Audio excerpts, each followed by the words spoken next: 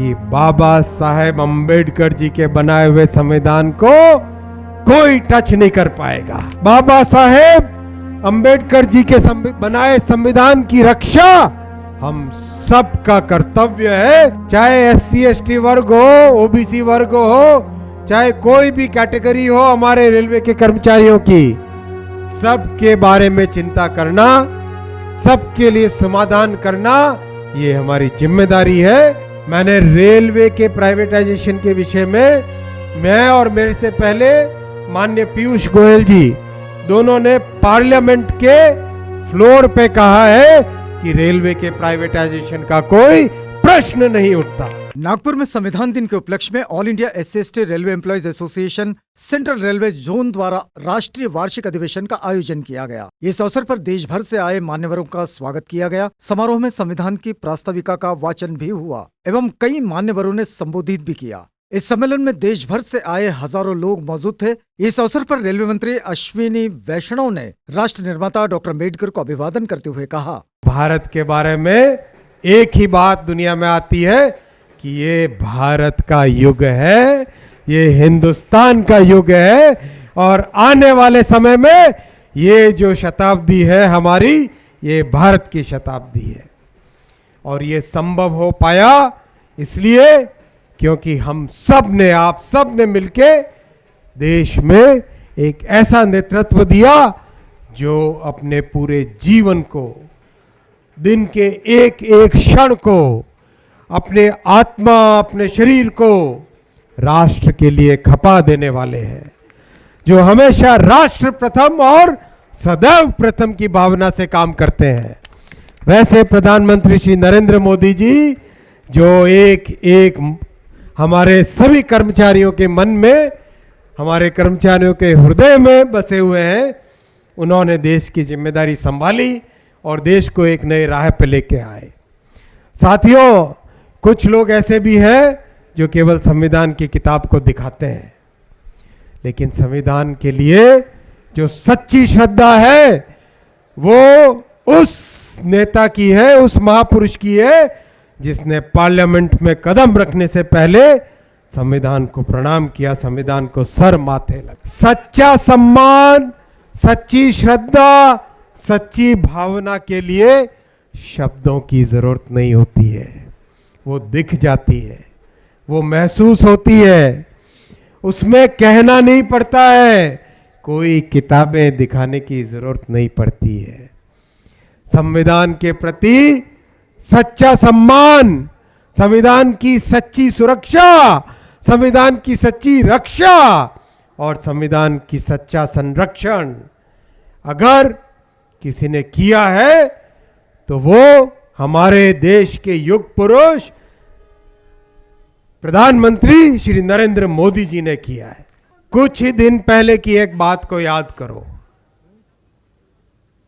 कुछ ही दिन पहले की एक बात को याद करो। सुप्रीम कोर्ट का एक जजमेंट आया था, याद है? कितने लोगों को याद है भाई? कुछ ही दिनों पहले की बात है। उस सुप्रीम कोर्ट के जजमेंट के बाद में भारत की कैबिनेट ने क्या फैसला लिया, याद है? भूले तो नहीं? कैबिनेट ने सुविचारित मत अपना रखा कि बाबा साहेब अंबेडकर जी के बनाए हुए संविधान को कोई टच नहीं कर पाएगा। बाबा साहेब अंबेडकर जी के संविधान की सुरक्षा, बाबा साहेब अंबेडकर जी के बनाए संविधान की रक्षा हम सबका कर्तव्य है और उसको करके रहेंगे, किसी को हाथ नहीं लगाने देंगे। ये भावना है जो सच्ची भावना है, ये सुरक्षा है जो सच्ची सुरक्षा है। साथियों, कभी किसी बहकावे में नहीं आना। आप याद करो श्रद्धेय अटल बिहारी वाजपेयी जी, उन्होंने संविधान की सुरक्षा करने के लिए कितना बड़ा कदम उठाया था, भूले तो नहीं आप? याद है? ये होती है संविधान की सच्ची सुरक्षा। और आज हम सब इकट्ठे हुए हैं उसी संविधान के प्रति सम्मान के लिए, उसी संविधान की रक्षा के लिए। हम सब ने अभी शपथ ली संविधान के प्रियम्बल की, हम सब ने अभी शपथ ली उस संविधान के प्रति एक निष्ठ होकर काम करने की, क्योंकि ये हमारे खून में है, ये हमारे संस्कारों में है, ये हमारे कर्तव्यों में है। साथियों, मैं विशेष धन्यवाद देना चाहूंगा भाई बैरवा जी को, भाई अशोक जी को और माननीय सुरेंद्रन जी को कि आपने मुझे रेलवे के करीब करीब हर वर्ग के साथ मिलाया।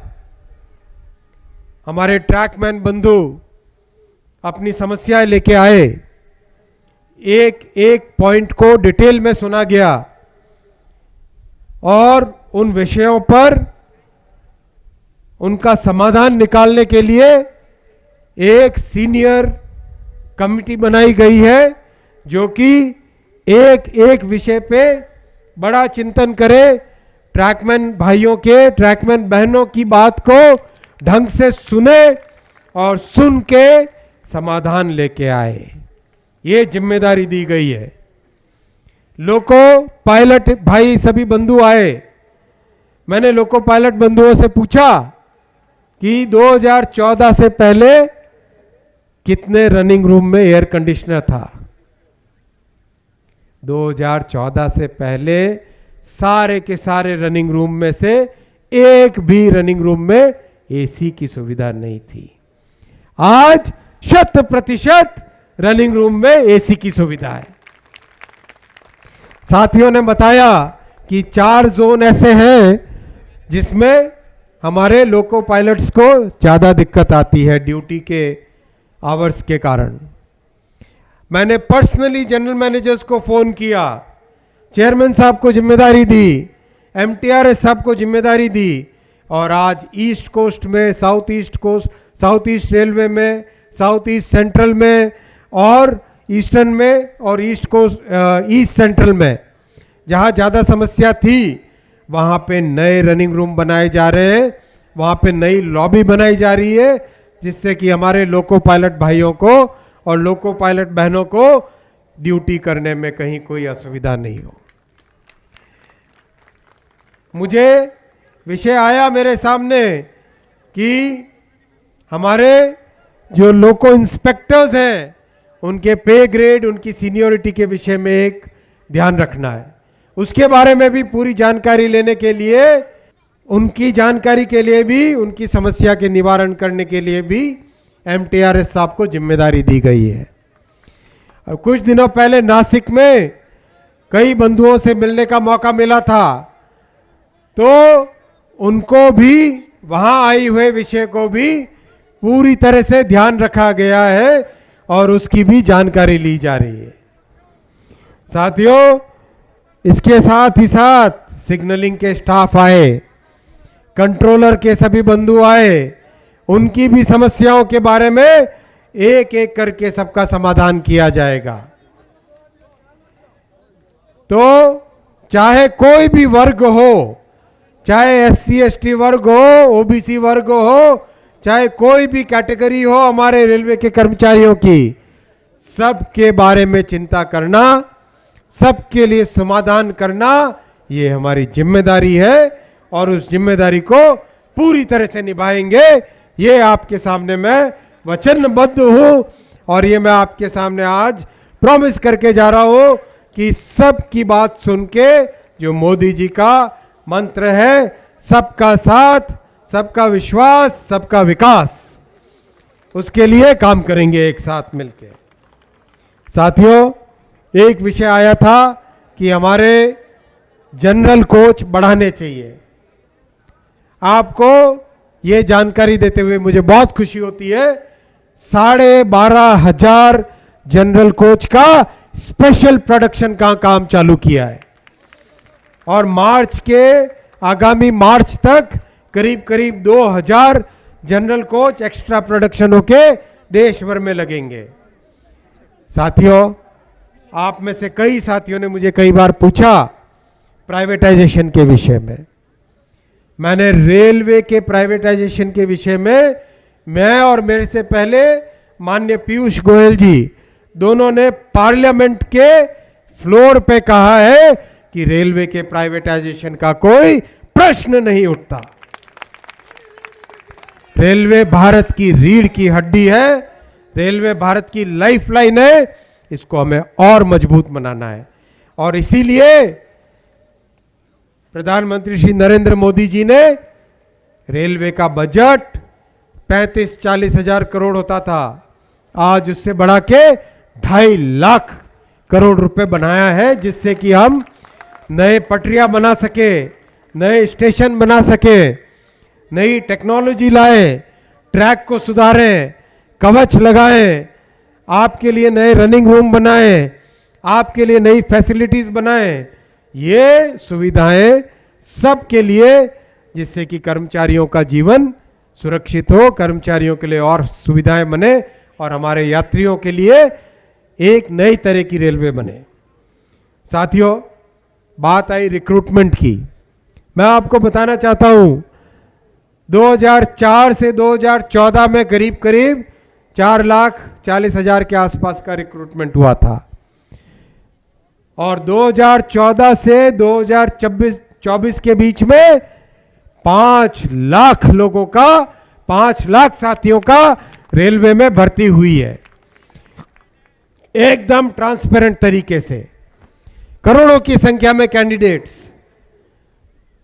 कई कई दिन तक रिक्रूटमेंट चला, 300 से ज्यादा शिफ्टों में एग्जाम हुए, लेकिन कहीं पे कोई एक भी कंप्लेंट नहीं, कहीं कोई पेपर लीक की बात नहीं, कहीं पे किसी को कोई मौका नहीं कि कोई उंगली भी उठा पाए। और आज पहली बार रेलवे के इतिहास में एनुअल कैलेंडर बना है, जिसके अनुसार साल भर भर्ती होती रहे, ताकि हमारे नौजवानों को ज्यादा से ज्यादा सुविधा मिले।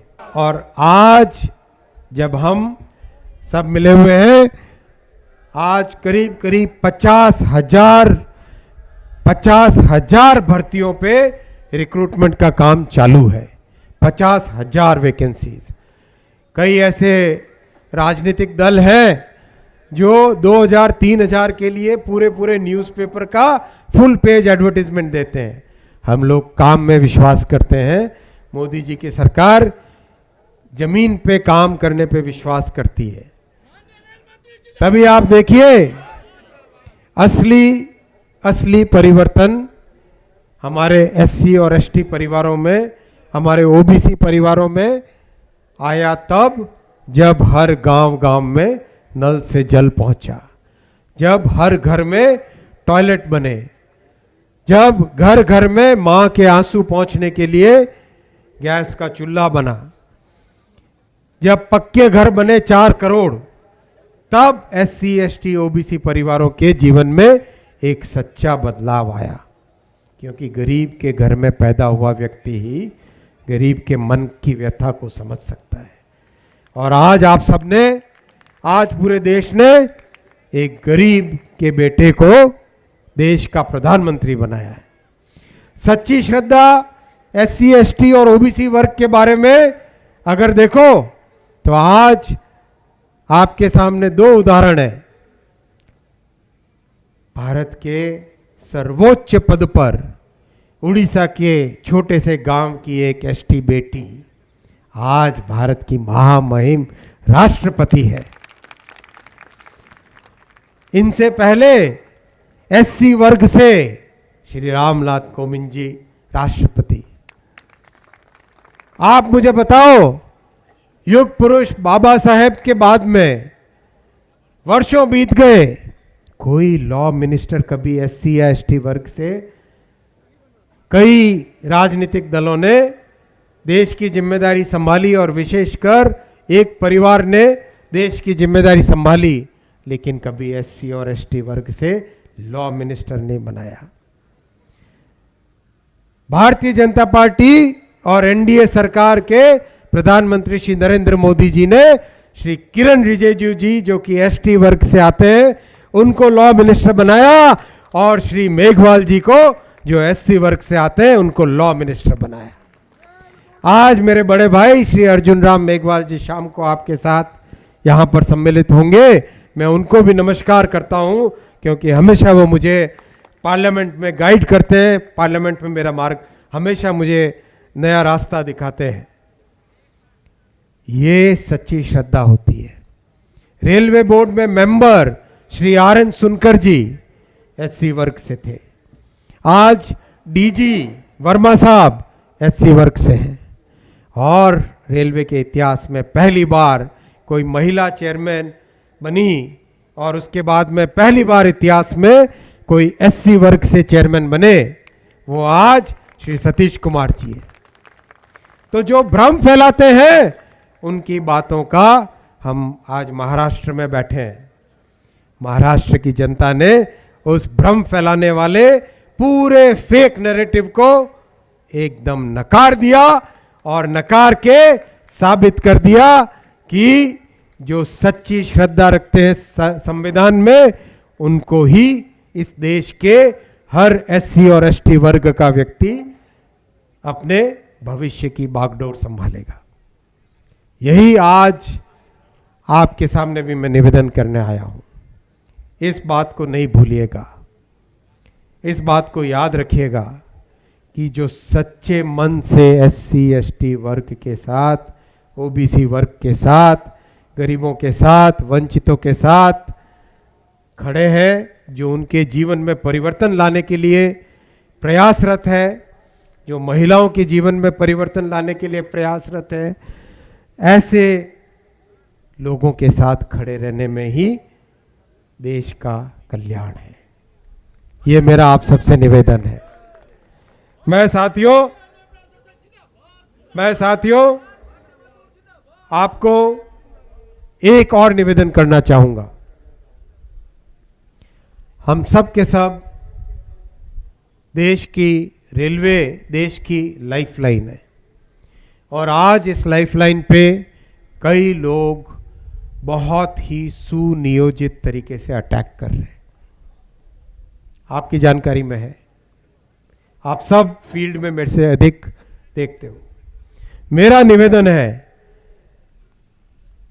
इस समय में हम 12 लाख कर्मचारी और 12 लाख रेलवे के परिवार के सदस्य एकदम एकजुट हो जाए। कहीं से भी कोई भी अगर ताकत रेलवे के ऊपर अटैक करने की कोशिश करे तो उन सब ताकतों को हम मिलकर करारा जवाब देंगे। किसी की हिम्मत ना हो पाए कि रेलवे पे एक पत्थर भी डाले या रेलवे ट्रैक पे कोई एक गैस का सिलेंडर लेके आए, ऐसा चौकन्ना हमारा व्यवहार रहेगा। एक एक पॉइंट और क्रॉसिंग के लिए हम इंस्पेक्शन में जान दे देंगे। हम एक एक सिग्नल की रिलायबिलिटी के लिए अपना पूरा खून पसीना बहाएंगे। तैयार हो इतनी मेहनत के लिए? तैयार हो तो आप मुट्ठी बांधो, मुट्ठी बांधो, बोलो भारत माता की, भारत माता की। रेल परिवार, रेल परिवार। बहुत बहुत नमस्कार।